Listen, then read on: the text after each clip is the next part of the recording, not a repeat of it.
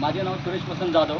मी माणगाव तालुक्यातून नागपाले ग्रामपंचायतचा रहिवासी असून आमच्या बचत गटाचं नाव आहे श्री दत्त गुरुकृपा सेंद्रिय शेतकरी गट.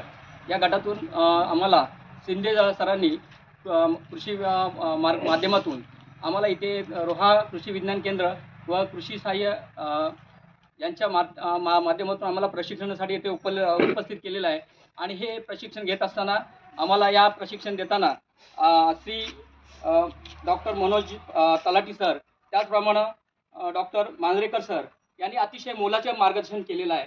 आणि हे मार्गदर्शन करत असताना खरोखर आम्हाला पुढील शेतकरी वर्गाला अतिशय सुंदर असं त्याच्यातून आम्हाला घेण्यासारखा विषय आणि त्यांनी खतपाणी कशा पद्धतीने करायला पाहिजे, सेंद्रिय शेती कशा पद्धतीने आपल्याला करता येईल आणि त्यासाठी खताची निर्मिती आपण स्वतःहून शेतकरी कशा पद्धतीने करेल यासाठी खूप अतिशय चांगलं मार्गदर्शन केलेलं आहे.